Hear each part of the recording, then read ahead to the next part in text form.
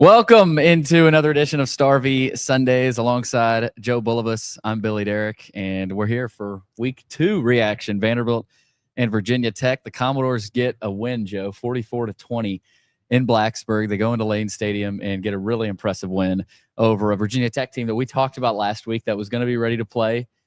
They've got talent. We talked Well, they only really played in the first half. Yeah, that's true. they had Vandy in the first half, but no, we'll get into it all today, and there's a lot to talk about. A lot of great things to talk about. Yeah, so we'll get into that. But before we do anything and get to some of our sponsors, we will touch on FanDuel a little bit later. We got the line out for Vandy in South Carolina, but the reason we're here and the reason we're at First Bank Stadium here in the North End Zone is Mr. Joe Bulovas with Bulovas Wealth Management of Raymond James. There's one thing we all share.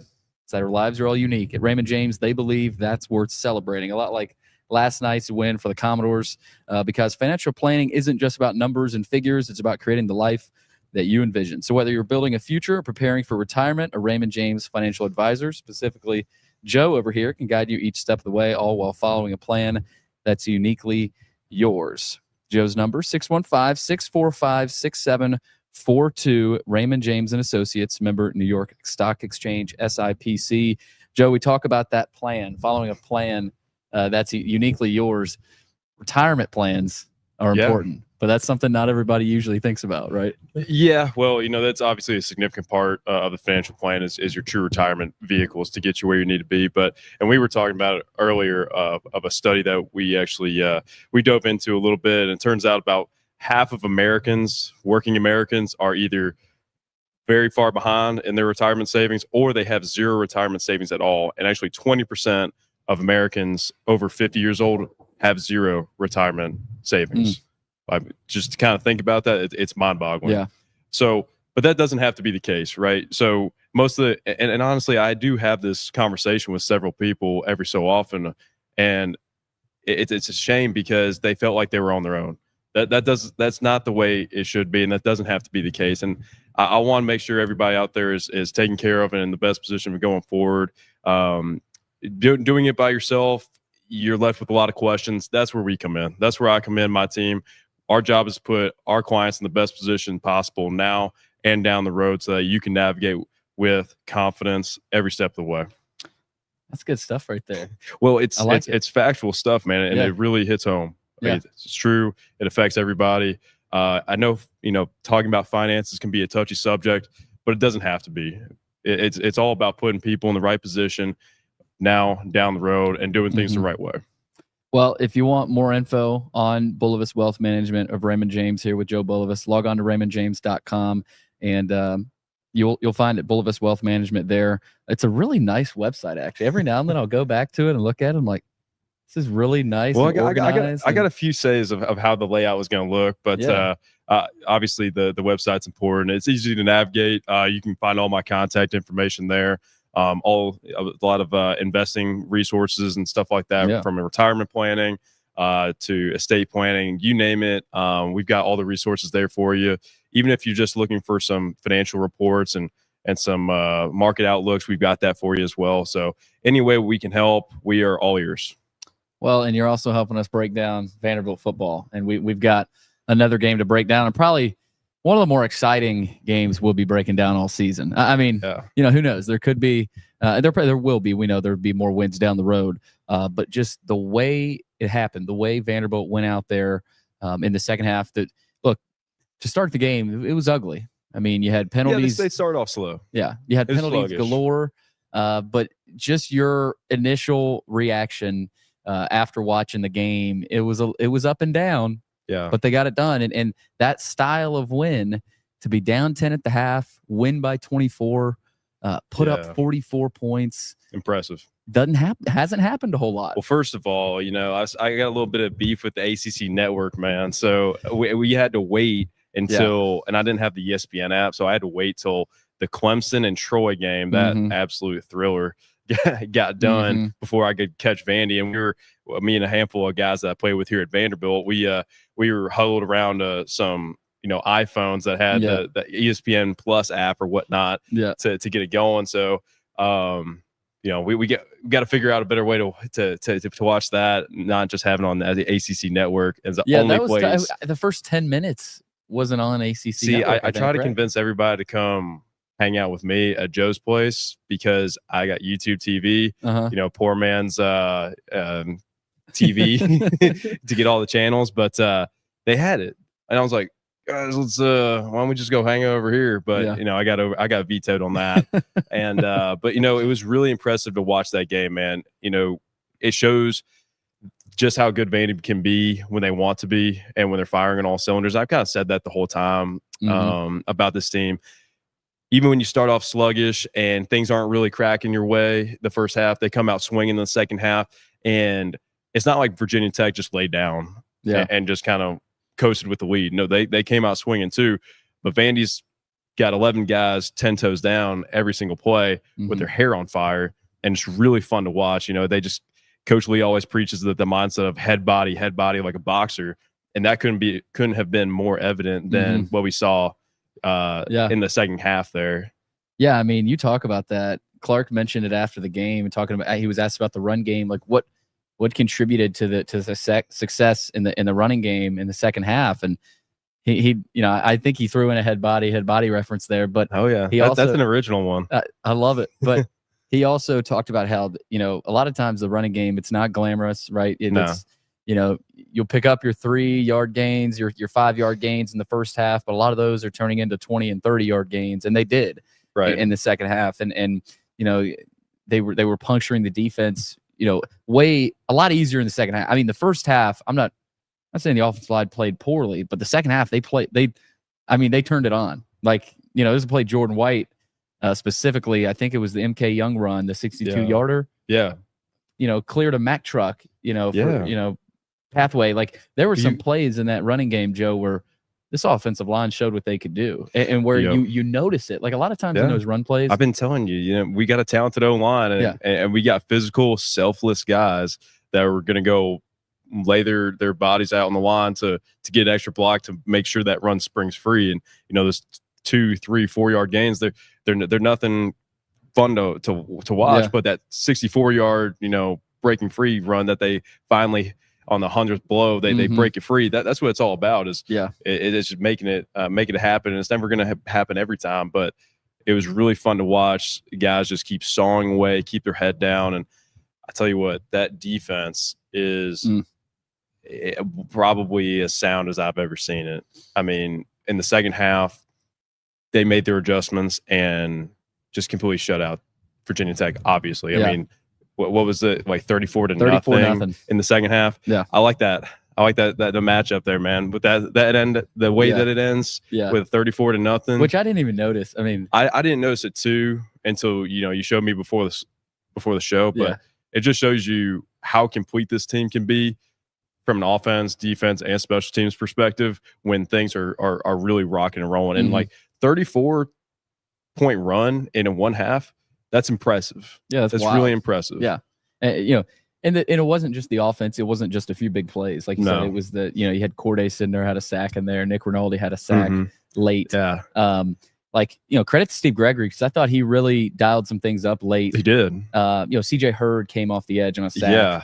That was awesome to see. When I saw CJ Hurd get a sack, I saw Nick Rinaldi, a guy that I played with, get a sack. One of the guys that's kind of the heart and soul of Vanderbilt football.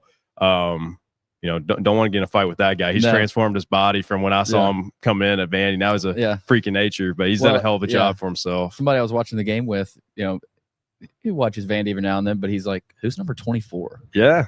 I'm like, that's Nick Rinaldi. He's like, he's starting to pop. There's players that are starting to pop off the screen to people that are watching. No, Vandy looks big. Yeah. They meet the eye test when they come off the bus and take the field at every position. They're fast, they're physical, and they've got a lot of size. A lot of size that people may not in years of past have really recognized. And we did have size at times, but it wasn't across the board. And now you've got, you look at our D line, our linebackers, and our the guys that we need to have that are big. Yeah. It's impressive, man. Something I noticed on the defensive line, I don't know if you did, and I know going to fall camp, you kind of get to know certain guys that might be third teamers or, second team guys that may not play a ton, but I mean, early in that game, Josh Singh, the BYU transfer, was in there on the defensive line. He's the guy that actually jumped. But the center, if you saw, he had a little twitch from his backside, and typically that as a defensive lineman, you see any movement from the guy you're off, you jump. So he jumped, and Clark obviously wasn't happy. And we'll get into the penalties, but these stats, Joe. I mean, 34-0 in the second half, 321 total yards. Virginia Tech had just 21. Rushing attempts, Vanderbilt had 27 rushing attempts in the second half. They averaged 7 yards per carry. Virginia Tech had 10 rushing attempts and didn't average any yards per carry. So the negative plays, right? The sacks, passing yards, 122 passing yards for Vandy in the second half as this wind picks up. Yeah, man. We just kind of wandered into a big old prairie breeze out here. But hey, if Clark has talked about the dust storm that would kick up, at least we're not. We got a furnished end zone here. Yeah. But third downs, 4 of 5, which is 80%. 1 for 1 on fourth down. 38 total plays. Like, that's as dominant a second half as I can remember. Yeah. A Vanderbilt team having on both sides. And to all those great stats, you had guys from all sides of the ball, and a lot of new faces making their contributions. So, you saw Bryson Coleman get a touchdown. Happy for that guy, man. He's battled through injuries, and that kid can fly. I remember there was actually, I think it was in spring or maybe early fall camp. He caught a little like shallow route, and he outran everybody on the defense for about like 80 yards. Like, the kid can fly. I'm happy he's back in the lineup, and it was really fun to see him have some success. But then Trey Richardson, man. Yeah, we haven't even mentioned him yet. That's holy cow. It's incredible. Those the 2 hands is for amateurs, man. Yeah. You only need 1 hand, I guess, if you're that guy. I mean, he's really added a lot of value to that offense. And, MK had a great game. Seti had a great game. You had guys collectively as a team contributing all over the place. And that's the heartbeat of Vanderbilt football. It takes everybody. Yeah. It takes everybody. So it was really cool to see everybody contribute and have success. By the way, Alan on YouTube asked, please settle this for me and others. Were the referees from the SEC or the ACC? They were SEC officials. Were they? Yeah, which I was a little surprised by, because a lot of times if you go on the road to an ACC team, you get ACC officials, but a lot of times it's really mixed up. Like, it doesn't. Well, I know for bowl games, usually what they'll do is they'll get a third party officiating crew. So, like, say if Vandy was playing Michigan, they'd go get like an ACC school or Pac. Not anymore. I guess it isn't the Pac-12 anymore, but they would get a third-party conference officiating crew just to eliminate any sort of bias that might be there. Yeah. So these were SEC refs. And look, it's still week 2 for a lot of these officials, and there were some. Well, they've been doing it for a while, my man. Yeah, I mean, it's not like they're suiting up for the first time and walking out there. Yeah, but it's also like, Clark was visibly upset a few times. And, we talked about Josh Singh jumping. They thought the guy jumped on the offensive line. But I mean, penalties, I don't think were an issue. But the reason we're not talking about them is because they won by 24. That's exactly right. Penalties don't matter as much when you win. Yeah. Now, I remember Coach Saban during my time at Alabama, that was one of his biggest things, is if we can't control ourselves to limit our penalties and be the more disciplined team, we're already at a huge disadvantage. I know Coach Lee views it the same way, because if you rack up over 100 yards in penalties, I mean, that's a big deal. That's a big deal, and it can really hinder a team. And now those penalties are going to get cleaned up. I don't see how they get worse. The only way they get worse is if you have a really undisciplined team, and I don't see that here at Vandy. But we got to limit those penalties, because they only come to bite you when they really matter. Right. And then you're really kicking yourself for what's going on, and it's everything in your control. Yeah. If you don't value them now and work to correct them now, as a coach, or it's just like a running back or a receiver that's, playing basketball with the football. Once they carry it, or to catch it, just really loose with the ball. And then the coaches are always on his tail saying, tuck the ball to, get it tucked as soon as you catch it. And they're not doing that. And then it comes back to bite them in a really costly situation. And they lose the ball and things don't go well. So it only comes to bite you when it really matters. Yeah. So, well, if I see another ineligible receiver downfield penalty. I feel like there was 10 of those last night. But Clark was asked about that after the game too, and he said with the RPO reads, a lot of times an offensive lineman will get too far downfield. See, that's exactly right, because you have the offensive line essentially running a run block scheme. Yeah. Because you got the run that's attached not to the realizing play. that Diego pulled it. Exactly. And looked to throw. That's exactly right. Yeah. And so with RPOs, the ball usually comes out quick. Mm-hmm. Why? Because of the illegal man downfield. Mm-hmm. If the quarterback takes more than like 3 seconds in the pocket, chances are you're going to have a guard or a tackle that's close to 5 yards upfield. 2 feet of cushion. Like, that's what Clark was talking about last night. But a lot of times it's really subjective, man. You know, at the end of the day, they don't really review those types of plays. Right. They call it, and it is what it is. But you got to be really careful. So usually with those RPOs, they're supposed to be quick hitters from a passing perspective. So if you're not, that ball's not coming out quick, then it leads to issues. Mm-hmm. Yeah, somebody on YouTube says Singh and the whole D line played great. You know, you could. I know the offensive line got the game ball, and they deserved it. Oh yeah. But man, that defensive line came up big. You talked about Corday. We're not even talking about Issa Wataha. He played, but you mentioned the ability to rotate guys in, whether it's linebacker, whether it's safety at every position. I mean, every position they are able to to rotate guys in and fill them with depth. Yeah. A good example is the running back room. Like last year, say Cedric gets hurt. You've got Newberry and you've got MK Young's a guy that, thrives in the fourth quarter like that, and 62-yard run is, he did that for New Mexico State against Auburn when they beat Auburn. So just the depth at every position has made such a difference. Well, I couldn't agree with you more, because like at every position you have a lot of depth, like guys that really complement each other well, especially at running back. Well, Seti and MK do a phenomenal job. They play pretty similar, but they also complement each other's games really well. And they're phenomenal young men. So I'm really proud of them. And on the D line, man, that's one thing we talked about, I guess, a couple months ago when we started getting this thing up and running, was at D line and linebacker, we have the depth to where we can rotate guys constantly. Whenever a guy's tired, we can get another guy in and then not miss a beat, right? Mm-hmm. It's like a race car driver going around the track. If he's got a bum wheel, we got to get that thing up, out of there and put a new one on. And that's what you have at Vandy, is like, if we got a guy that, gets hurt, well, next man up, and we're not going to miss a beat. So it's really encouraging now to see so many guys on offense and defense at every position group playing at a high level.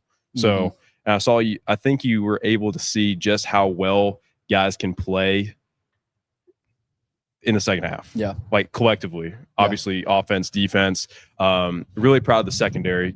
They took away the shots in the second half, and you saw a lot of the D line and linebackers have success. It starts by taking away those shots, because I knew they were going to start taking them, and they were going to try and really expose Vandy to get those big yardage plays. Where were they? I mean, that's what we talked about.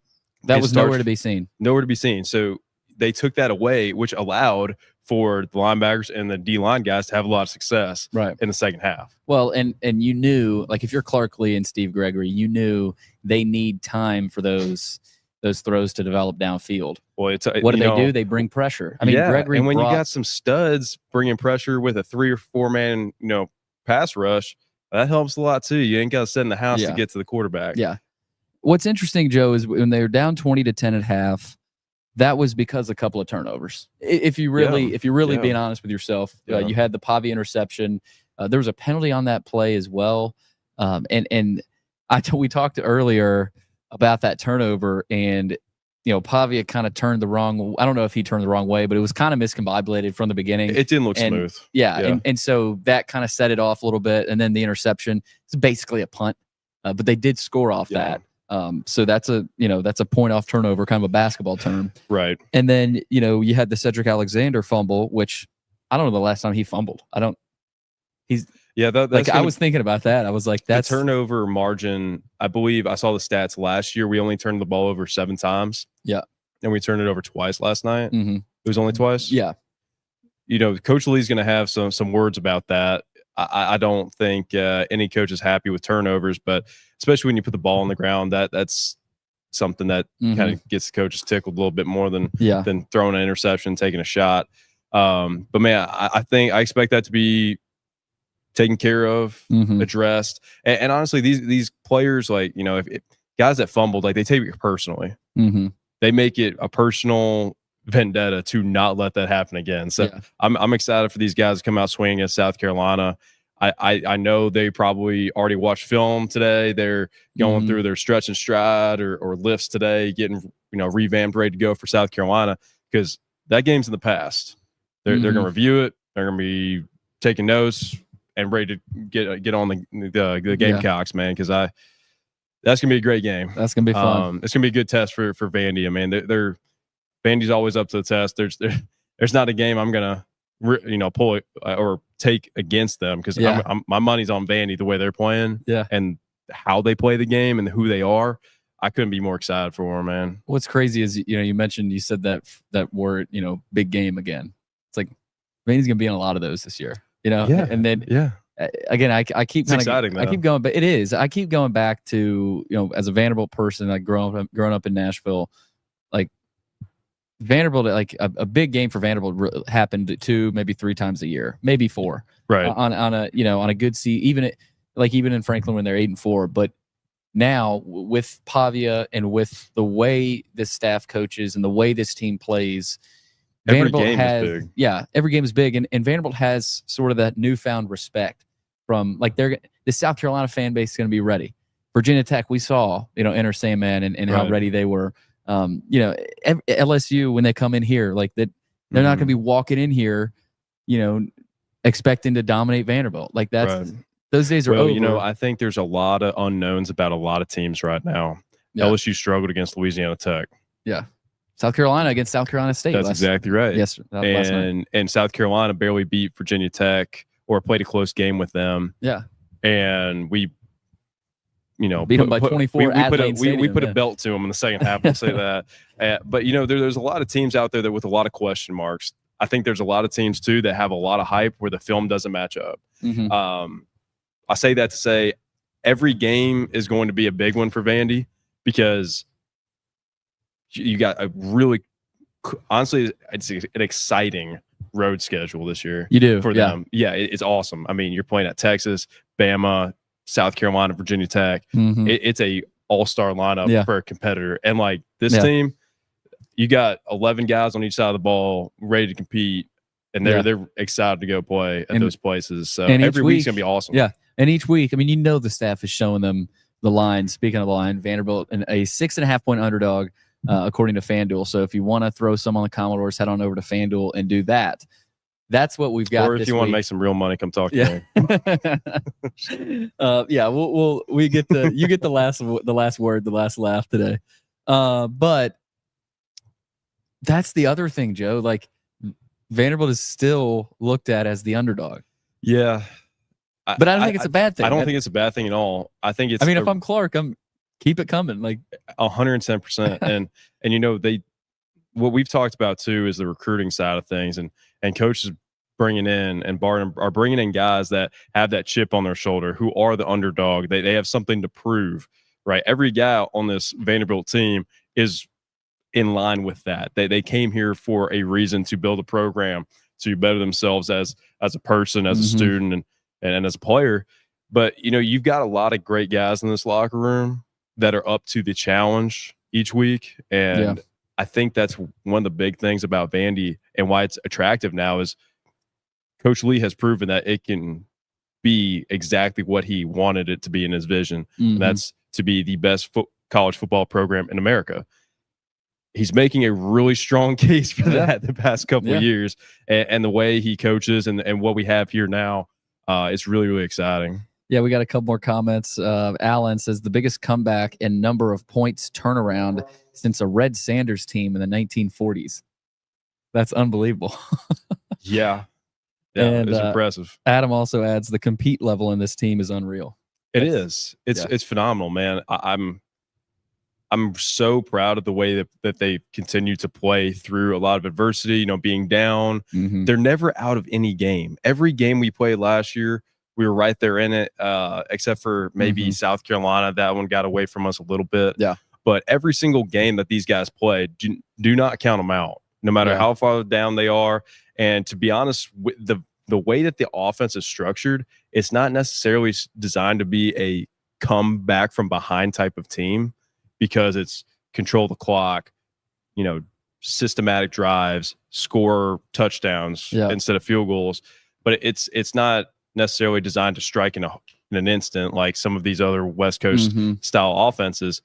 But we have that ability to do that as well, while being true to our identity as an offense. So being able to strike on a dime when you got a guy at quarterback like Diego and Eli and a full running back room and a great receiving core, it's a really dangerous offense to defend against. I think a lot of people are figuring that out right now. Like Virginia Tech just found out. They did. And I think Nick Haberer should be thanking Diego Pavia too. We didn't see Nick Haberer at all. Well, did you notice that? Yeah, as a specialist, you take note of those things. But he did.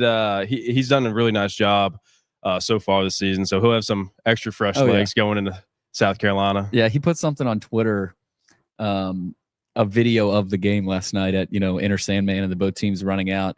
And in the tweet, he had said that one of my first games, college football games in America, coming in from Australia, was a Virginia Tech home game. And I don't forget who they played, but he's like, it's really cool now to be able to. I didn't see to be able to play it. He said didn't get a punt. Thanks, Diego. But that, like, you didn't see the punter. Like, that's another thing that doesn't. Well, that's a really good problem. When your punter's not getting many reps in a game, that means you're scoring a lot. Yeah. So something Clark mentioned too, Joe, was running to win but passing to score. And he was asked about the receivers late in the press conference. He has such a way with words, man. He really does. He's a great speaker. He is, and he mentioned the weapons. He said having more weapons this year and having more explosion will allow us to counterpunch and gain in chunks. That'll allow us to score more points. Tonight we needed that because we had a deficit to overcome. It wasn't going to happen just by grinding out yards on the ground. We needed to run to win, but we had to throw to score. Yeah. And that's what this team struggled with last year. They, you saw it a little bit, against Texas. They had a 2-minute drill there late and cut it to 3 points and had an onside kick chance. But you didn't see it as much as you would have liked, I guess. Right. Well, even when you and I were talking last week, we talked about how Coach wanted to have the ability to strike on offense and emphasize more big plays, more explosive plays at our repertoire and in our back pocket pull out for a rainy day. That was our rainy day. That was our first rainy day of needing to pull it out. And being able to strike like that is extremely important. And we haven't had that ability here in a while here at Vandy. And so I love that, like how he phrased that, because it's so true. Like we play to our identity, but we have everything at our disposal to be one of the quickest hitting teams on offense in the country. And obviously you saw in the second half there against Virginia Tech. Yeah. And, something else I wanted to mention too was on the topic of the offense with Diego. He had the early interception, and he would probably tell you he didn't play his best early in that game, specifically in the first quarter. But the way he came back, and that was an example. Like last week, we talked that Clark mentioned, we've got a good running game. We've got guys outside of just Diego that can make plays, and one of my favorite plays was Diego had an option pitch to the left side and became the lead blocker for. He's selfless. I think it was Trey Richardson. Yeah. And then there was another one on Trey's reverse that he almost scored on. Pete Pavia was a lead blocker. So yeah, he's a selfless guy. Like we were talking about it last week of Coach Lee wanting to Diego to take and then a few less hits and take a couple more slides when he's got a first down or whatnot. Now he's the lead blocker on an end around and stuff. So, but the guy's selfless, man. He cares about his guys. He wants his team to win, and he's the ultimate competitor. And you want a guy like that, and taking your snaps from your center and leading your offense and leading your team, essentially. That is Vanderbilt football. That is selfless. That is go make your own plays when they come to you. Go block for the guy when the other guy's got the ball. So I mean, and that's the quarterback. Nobody's telling the quarterback to go block. No. Like that. I'm sure You know, maybe deep down, Coach Lee doesn't necessarily want that, you know, Diego to be the lead block on that and taking on linebackers and D linemen. Yeah. But I love the You competitive. cannot I take it out love of the his competitive game. spirit, Yeah. man. It's exactly what Vandy needs. Yeah, you're not taking that out of Diego. Not at all. Not at all. You know it. Yeah. And Billy, what was your favorite part of the game? My favorite part of the game? You asked me all the questions, man. What was your favorite part? It's about you, Joe. No, hell no, it ain't about me. Nothing's about Joe. Favorite part of the game? That's a good question. Or what did you enjoy to see the most? Like an area of the team that you liked? We talked about the explosion. You just hit on it. The ability to go to Trey Richardson in an instant. You know, right. Like that's a play that last year I don't know that a receiver makes. On nothing against the receiver room last year, but like you saw that a little bit. Maybe Loic Fungi in the bowl game and a couple times from Quincy Skinner. Yeah. But it was spotty. It was spotty. Yeah, those catches. I mean, both catches. He had one. Yeah. He had one with a couple hands. You know, he only did one on the touchdown, but there was another 35, 40-yard catch downfield. Yeah. That was really impressive, and he's really come onto the scene nicely. Yeah. He's done a really nice job for himself. He's created a lot of value for himself and this team. Yeah, you got to give credit to Pavia too on those throws. Oh, I mean, those are he's putting it on the dot, man. Yeah, it's fun to watch him sling the rock. He's doing a hell of a job, and obviously we even talked about we talked about last week that everybody thinks of Diego as a run first, pass second guy. Mm-hmm. That's really he's proven to everybody who thinks that's not really the case. You know, he's coming out there, he's throwing dots on time, on target. It's really fun to watch. Yeah. Well, and I don't know if you deep throws are really impressive too. Like they are. They're spot on right now. I don't know if you follow PFF at all, but no, but all those coaches do. Yeah. But and I usually only reference them when it's relevant to Vandy or if something really stands out to me. But he through 2 weeks is the highest graded quarterback. I saw something about that. Yeah. Was it PFF? Yeah. Okay. And look, I know you played Charleston Southern. There's probably quarterbacks out there that have played, played somebody tougher in that first game. I mean, Virginia Tech is definitely one of them, and Vanderbilt forced some sacks on drones. But I mean, I think we're at the playing point at a very high level. Yeah. It doesn't matter the opponent. Essentially, I mean, you look at the stats. He's playing at a very high level. 12 of 18, 193 yards, 2 touchdowns. They don't pop off the stat sheet, but they don't have to. No, I mean, for him to have those, it was a team effort, but he's leading the team and doing everything he can from his own perspective, right? And everybody else is doing the same for themselves. And then, by the way, Blaze Berlowitz got in late and threw a touchdown to Eli Stowers. Yeah, everybody got in the action, which was impressive. That was 4th down, by the way, too. Yeah, and I saw something on Twitter. Somebody post and said Vanderbilt going for it on 4th down with what was there, a minute and a half left, maybe or something like that. Up by 17 already or something like that. And is this for all the all the times other teams ran the score up on Vandy? I remember being here and watching Mississippi State up by 40, throwing on 5 minutes left in the 4th quarter. Yeah, throwing a touchdown on us. Yeah. In my mind, it made me sick. And Coach Lee addressed it, and so honestly, I respect it. Yeah, but I don't. It's not. Yeah, a lot of teams did that to us, so I was perfectly fine with seeing us get another touchdown on the board. Yeah. Some other stats that stood out. I mean, Cedric Alexander. I mean, this could be enough if he's averaging 70, 80 yards per week.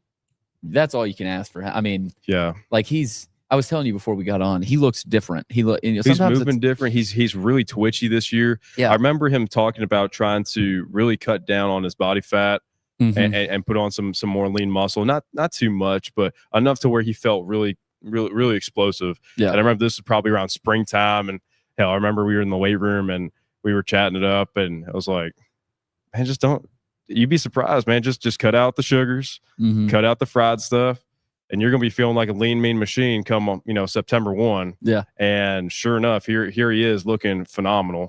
I hope maybe it had something to do with what I told him, but I can't confirm that. That was all you, Joe. That was all you. But Jake Kendrick on YouTube says the thing that impressed me the most were the adjustments made at halftime to completely shut down 110%. 110%. So that was. I asked you what you were most impressed with. I was impressed with everything. But what really stood out to me was being able to make those adjustments at halftime and completely put the handcuffs on the opponent from an offensive perspective and dominate the line of scrimmage and make the defense for Virginia Tech pay. Yeah. So it was really fun to watch, and I'm glad that we've got a great defensive staff that's been with Coach Lee for quite some time. So they know what Coach Lee's mindset is about certain situations. There's a lot of trust on that side of the ball. And again, super great people. The backbone of Vanderbilt is the people in the locker room, the coaches, the players, phenomenal people doing things the right way, in a selfless way, but being able to make adjustments and stop any sort of success.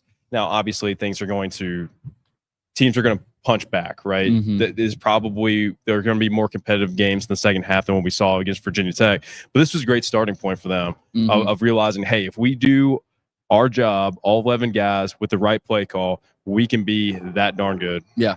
We were joking around before we hopped on today, and we were talking about how the bend but don't break strategy. Another Coach Leeism. Yeah. And look, a lot of coaches. It's true. Yards don't matter, but points do. Yeah, but that really came to fruition in the first half. It did. Virginia Tech could have been up.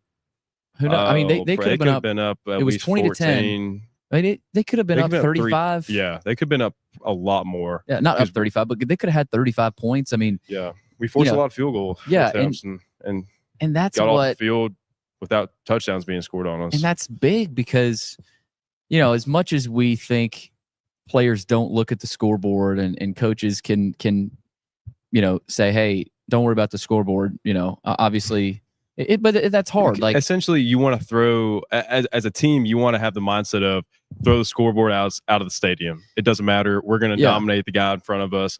But it's really tough as a player, and really just as a team.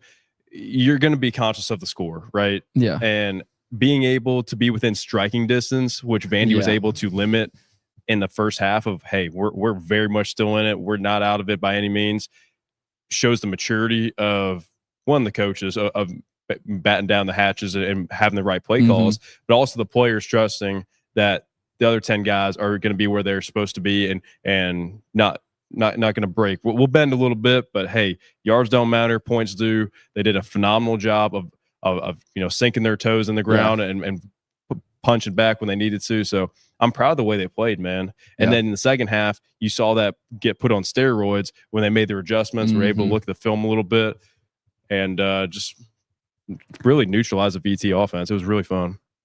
Yeah, it was kind of wild watching that second half. I'll be honest. I was like, man, these guys are rolling like a freight train. Because the first half was just so different. I mean, I don't know if you'll see two different halves in the in the entire season. Like, to have a first half, not that it was rock bottom awful, because it could have been a lot worse. And it certainly could have been a lot worse. And they did a really good job of adjusting, and the in-game adjustments, even in the first half, were good because VT came out swinging. It seemed like Vandy was a little, I wouldn't say sluggish or asleep, because this team is anything but that, but they just weren't clicking. They weren't clicking. Clark said it felt elusive. We couldn't grasp the momentum of the game early. Yeah. Well, it has a lot to do with the environment. That's a hard place to play. You probably had a lot of guys on Vandy's team really, really excited. And sometimes when you're too excited and too emotional, it takes away from the actual performance. So not to say that that's the reason, but I think guys settled down obviously in the second half, and towards getting close to halftime, guys settled down, got back to playing Vandy football, and really whooped that belt out. Yeah, they did. And after the game, you saw the swag surf videos, and it's so cool seeing. By the way, Coach Lee's got such a great family, but his two boys are like always in there in the celebration. Jack is always on somebody's shoulders, and C3 is always somewhere in the mix. Jack does a better gritty than I do. I don't know how to do it that well, so maybe it's like a really low bar. But he did it. I think at Auburn was the first time I saw that, and that got blasted everywhere on Vandy's social media. But that's the one thing that stands out to me about Vandy. They have from fun. A team perspective, they have a lot of fun. I do miss the post game celebrations. it's really special when you win here at Vandy. It's appreciated, it's enjoyed, celebrated within reason. Yeah. But then you move on and go fight another day, step back into the fire. And that's what I miss, being on the outside of football is the guys and being able to be part of something bigger. Well, I still do that to a certain extent, but it doesn't look like, the guys in the locker room pumping iron and running around. We've touched a lot on this game, and I do want to hit on more on South Carolina. But, and last week I kind of told you, it's like, hey, I want to try something a little bit new and kind of allow you to like give us your insider perspective of a former player of like, hey, here's your insight for the week of like something that, somebody listening would be like, wow. And kind of the way I want to present it this week is, you talk about the celebrations in the locker room after the game, how much you miss those. And you talk about the people in this program. And, there's so many different personal stories that, people will write about within this program, whether it's MK Young and his story getting his program last year. But there's a personal part of this program that anybody that's around it feels it. Right. And it starts with Clark Lee. Absolutely. But there's also so many other coaches that have great stories as well. Like whether it's Javon Hay, who played here and, doesn't want to leave anytime soon and wants to see this thrive. Barton Simmons, Earl Bennett, like what, and I know I've asked you this before, but like, what is it about this program? Like a lot of times it's hard for certain people to describe, and like, it's hard for external people on the outside to understand, but you understand it if you're in it. And like, I feel like I have a decent grasp of it and getting to know Clark and Barton and some of the players and being around the team and covering the team. But like you were in it, you were in the locker room, played under Clark. Like, what is it that makes this environment and this, because it's changed from when you were there. What separates it? Well, honestly, for everybody out there, it's the respect. It all kind of comes back to that, I think. And I could speak all day about Coach Lee and how great of a coach he is, how great of a mentor he is to young men. But that trickles down to the players. Guys that are around Coach Lee want to play hard for the guy like that. They want to be better people. They want to be more like a student of the game. They want to be a better brother, better friend, better ball player, you name it, because he's present in their lives and he does a phenomenal job of directing young men and being a mentor towards them. But the special feeling that you get here at Vandy is because of the people. It all comes down to that. Now the first year, I will say it's never going to be perfect. I think it took a couple years to get the right people in the building to get things clicking. But I think what you find now is you found the guys that want to be here. And the coaches that I was with here at Vandy and that are still here are some of my favorite guys around. Well, and you mentioned that happened pretty early with you, even in year two. Like a lot of people may not know that or even believe that, but it started to click that year. It started to click that year, but you had guys that wanted to be there. You got the players and the coaches that were maybe 1 foot in, 1 foot out that left. And so you had the core belief group, and that was obviously Coach Lee all the way down to your freshman walk-on of guys wanting to be there. And everybody understands that you chose to come to Vanderbilt to be special, to be different, to be a great student, to be a great football player in a place that demands so much of you. That's why I came here. I could tell Coach Lee had a vision for this program. I wanted to be part of something new and exciting, and to be in a great city with a ton of opportunity.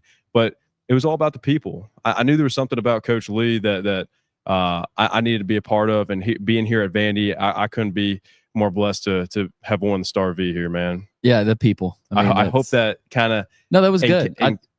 That's a look that people don't. I hope that sums it up a decent amount. I mean, people don't realize. I think now there are people around the country that are starting to realize what's going on. I mean, it starts with last year's win over Alabama for a lot of people. For some people, for some diehard fans, maybe it starts with that win in Lexington. To break the 24-game SEC losing streak. Also, I will add too, there's a reason why people or players are really loyal to Vandy is because Vandy takes it's hard to describe, but there's almost like a loyalty that Vandy will go get guys with a chip on their shoulder, something to prove. Yeah. Maybe it didn't work out at their previous school, bring him in as a transfer and that's special. Giving a guy a second opportunity or giving them an opportunity out of high school, that's special. Like it really resonates with the players. The coaches are betting on you. You're betting on yourself to make sure that they chose right in getting you here. So that's another factor too. Yeah, well, it goes both ways a lot of times. Yeah, is a good way. And in a world that's so transactional these days, this is not a transactional place. Yeah, Vanderbilt is not transactional. It is transformational. Coach Lee preaches that all the time, and I couldn't agree more. Like, you come to Vanderbilt to elevate the standard for play from a football perspective, but also to better yourself. A couple other notes on YouTube. Alan says he said, a side note, Virginia Tech Stadium maintenance gave kudos to Vandy on Twitter for leaving the locker room cleaned up. We were just talking about that. Act, yeah. Yeah. That's another good example. Man, I wonder how many other programs that happens. So Gary Veach, a head equipment guy here at Vandy, he is such a fun guy to be around. He's one of my favorites as well. We talk about top down, great people. His staff does a phenomenal job. Jordan Hunt does a phenomenal job in his role. But from top down, like, there's a standard for how Vandy does things, and it's up to everybody to hold to that standard. And honestly, that's a great compliment that Vandy got outside the football game. Like, it shows you who we are on and off the field. Yeah. So I'm proud of that. Kirk Herbstreit had tweeted about it. Chris Lowe, who covers college football for On3. Yeah. Like, that's, it's things like that continue to build. And with the winning, people start to really learn about the program. Another mention from Jamie Parker, he said, exactly, Joseph, Diego no doubt got the ball rolling for our program, but this is an entire roster that is totally bought in. These dudes are on a mission. They are. You can see it in their eyes, the way they talk, the way they interact with people. And it's not just Diego. No, it's not Diego. It's everybody. They're speaking of a playoff run and a national championship. National championship expectation. That is the vision that Coach Lee has had for this program, and everybody should be having their minds around at this point. That is the goal. That is realistic. And if you aren't looking to accomplish those high goals, then this probably isn't the place for you.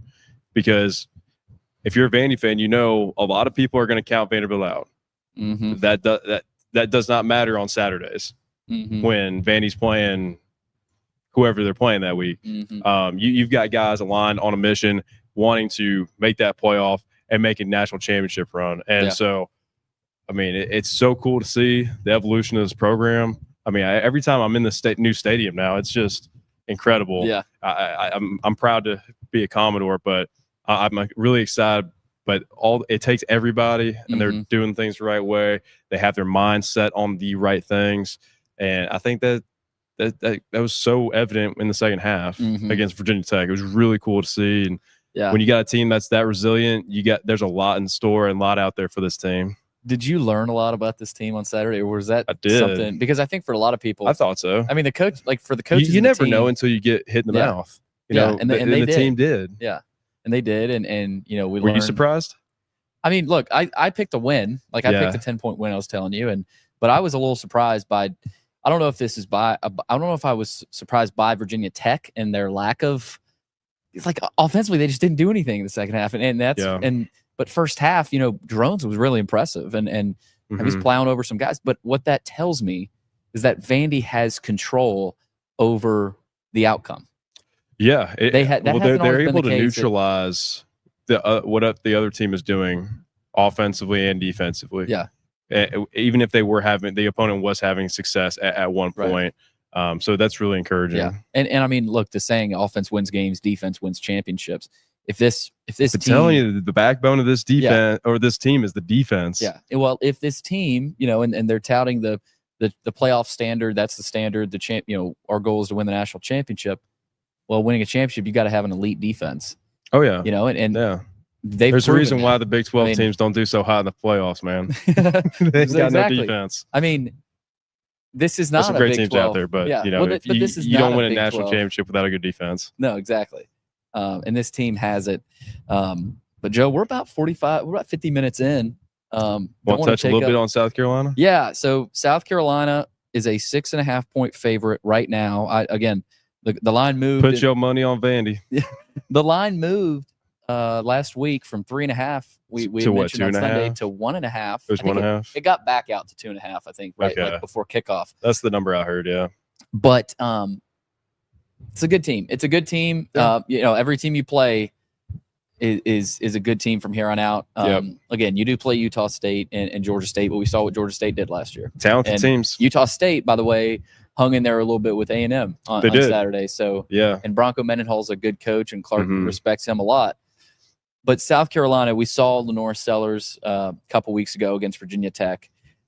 We saw them last night. I don't know if you watch any of that, but they struggled a little bit with South Carolina State. I didn't catch much of the game, but I saw the recap and I saw the ending score, and that was a little eye opening. Yeah, but it is what it is. I think go if you want a little inside scoop of like how Coach Lee and how the team will probably approach this game is they're going to prepare as if it is a bowl game. I would assume. Why? Because we're starting SEC play. We're playing a team that is capable of being a national championship contender. They're ranked like 11 right now. Yep. They're going to put this. They're not going to treat it too differently, but they know how attainable this win is and how it can set Vandy up going forward. So I would expect Coach Lee to do his normal thing. He'll probably rally the troops the exact way he always does, but I expect a lot of attention to detail, especially on the defensive side of the ball this week, because last year South Carolina came here and it was an ugly game. It was wet, raining a bunch. How do I know? It's because I got soaked. Yeah. And my brother was here in town, catching the game. And, obviously it's not a game weekend in Nashville if it's not raining. Yeah. At least that was the joke when I was playing here. It's like, heck, it's always rain on Saturday. I feel like it did rain a lot. Beautiful during the week. Saturday, I mean, put your money on it. It's going to rain. Yeah. But I remember that Wake game in particular. Yeah, just monsoon. Heck, I mean, I'd go out there for a kickoff, and I think I slipped on my tail like once or twice. I was like, that's not fun for the it was a new turf too. I was like, golly, I'm on a slip and slide. So at halftime, I'm trying to get the equipment guys to find me a football cleat in a size 11, 12, so I can dig in a little bit better and not bust my tail. But South Carolina's the only team last year that really had their way with us. Yeah. And so I expect Coach Lee to really batten down the hatches, and he's going to do a phenomenal job of prepping this week, and everybody on this team will. But it's going to take everybody, just like, we all know it's going to take every single guy on this team to give their best effort. Jake mentions on YouTube that was a great environment for Vandy to go to before a night game at Williams-Brice Stadium. That's exactly very similar environments. Yeah, very similar. They've seen Williams-Brice, Clark, and the staff, and some of the players have. So right, that's a really good point there. But another good point, we almost beat them my first year here. That was brutal. That was tough. We went down there, kicked the field goal to put us up by like 6. Got like 45 seconds left, and they just marched right down the field and hit an extra point to win it. It was tough, but it's a really great environment. It's very similar to Virginia Tech. For those of you out there that have followed Virginia Tech or familiar with South Carolina, very similar environments, rowdy, loud. But it'll be a great atmosphere for these guys, and I know they're going to be up for the test. This is a good point from Vandy Chris on this game. I think we're better than South Carolina. However, 17 straight losses is a problem, and I think it is mental. Is that how many we have to South Carolina? It's been since 2007. Until we beat them, I can't predict a win there. How do we get over that mental hurdle? Like you said, I think it's just mental. It has because like you said, y'all, I mean, it has nothing to do with blowouts, historical data of how we fared in a certain opponent. It has everything to do with who shows up on Saturday and who executes the best way. It's like, as a kicker, I know this probably better than anybody. What you did on the last kick, whether you made it, missed it, whatever, it has no effect on what you're going to do physically the next time you jog out there. So I have no reason to believe that Vandy I think Vandy's going to really make some waves on this game because one, they're excited. There's a big buzz about the team right now within that locker room. So I really like the way I like the chances that Vandy has, but I do know that South Carolina has that formula to neutralize what we do on offense. Yeah. Now, whether they do that this week, I don't know. I sure hope not. Yeah. Because I think Vandy's is probably just as talented, if not more talented than South Carolina. And Carolina's number 11 right now. Things stay the same. They keep the same ranking. They're in the playoff. Mm-hmm. That's why this game's so important is if we can win and have quality wins against teams, we can put ourselves in the position to potentially be in that playoff conversation. Yeah. Vanderbilt plays 7 of the top 25 teams in the AP poll right now. It's a brutal schedule. So, but they could, I mean, it's a clear opportunity. They control their own destiny. Where there's a huge game, a tough opponent, there's so much opportunity. Yeah. Right. This could, if we can scratch a few of these games together, then all of a sudden you're in a great position, whether it's a bowl game or playoff, which obviously we want to begin in the playoff, but those big time quality wins really matter. Mm-hmm. Diego has said that he circled this one. South Carolina. I think there's Vandy fans that have circled this one for a while. Yeah. It's been since 2007, like we mentioned. Obviously, that Carolina defense, we'll be talking about them a lot throughout this week with Dylan Stewart off the edge, an NFL prospect. They've got other great defense players. I don't think that's as good of a defense they were last year, but still a formidable defense that Vanderbilt's going to have to be ready for. But 6:45 SEC Network, Saturday at Williams-Brice Stadium. That would be a fun trip to make. I think I've told you I'll be going to the Alabama and then the Tennessee games probably. Yeah. I haven't figured out if I'm going to be able to make the Alabama game. I know I'm late to the party if I'm trying to get an Airbnb or hotel. Yeah. They're going to take my money and run all the way to the bank with that because it's so expensive to go down there nowadays. I don't know if you guys know, but if you go to T-Town, you got to do a 2-night minimum. Yeah. And then, the tickets are expensive. And then obviously food and drink price, they jack them up for a game weekend. But yeah, no, I'm trying to get a game plan for those games. But the one I'm circling is over in Austin. Yep. I know a few people circling that one. Yeah, and I've got some friends over that way. So we got a lot of former Vandy football players trying to make that game. Yeah. I think it's going to be a great environment. Texas, great program, great team, but they're beatable. We've seen Arch the last couple of weeks. Right. He's human. He's starting to find his groove, but he played a far inferior opponent this past weekend, and he still wasn't that on point. So I'm excited to see that matchup. I mean, obviously we're talking way down the road here, a couple months in advance, but I think there's just so much excitement about this team, and like as a player, you're always kind of looking, like thinking about a team, like how that's gonna shake out as far as like what they're good at, if they're great on offense or great on defense, So you're always looking at those things, but I'm excited for pretty much every game. Yeah, well, and that's the difference now. There's excitement about every game. Yeah, I mean, there's excitement belief. Last night in a great environment, and that'll be the same thing Saturday night, 6:45 against South Carolina. Joe, before we wrap this baby up, I know you were talking about retirement planning, but we threw out the website and your number earlier. But any other things as we wrap up this week you want to throw out there for people? Yeah, when you talk about finances and stuff, it can be a really tough subject, and I want to make sure everybody knows out there that's not the way that it has to be, right? We want our job at Raymond James is to make sure that our clients are in the best position possible now and in the future to give you the best chance of success, no matter what your goals are. We want to get you where you want to be, when you want to be there, preferably before you need to be there. But it's our job to put you guys in the best position possible. And at the end of the day, I love working with great people. That's probably the most fulfilling thing that I get to do on a day-to-day basis. So I'm happy to answer any questions, point anybody in the right direction. I truly got into this business to serve, and I take that very, very seriously. So I would welcome any conversations. RaymondJames.com/Bulovas Wealth Management is the website. The nice, crisp, clean looking Bulovas website there. Yeah. But Joe, really appreciate it again, man. This was a blast. And I always have a blast, man. It's so much fun because, every game, every week is it's like it's its own little adventure, lots of recap, and then also lots to look forward to. So hopefully you guys at home enjoy this, because we sure enjoy it. Yeah, we got some comments in this week, and I tried to mention them.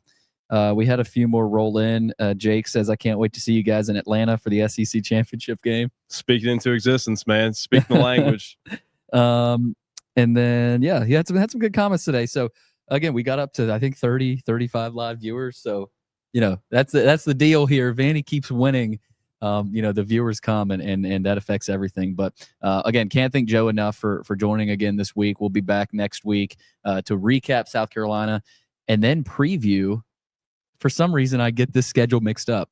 But preview Georgia State. I get Georgia State and Utah State mixed up. But Georgia State first, then Utah State, and then Alabama, and then LSU. So we've got some more meat on this bone. We've got a lot of meat on that bone coming up, man. It's gonna be awesome to kind of talk about it, forecast it, but it's going to be the team that actually gives us something to talk about. But they've given us a lot to talk about now. They have. And so I'm excited for the next few weeks here, man. Yeah, we'll keep it going next week. But for Joe Bulovas, I'm Billy Derrick. Thanks for watching another episode of Star V Sundays. Anchor down.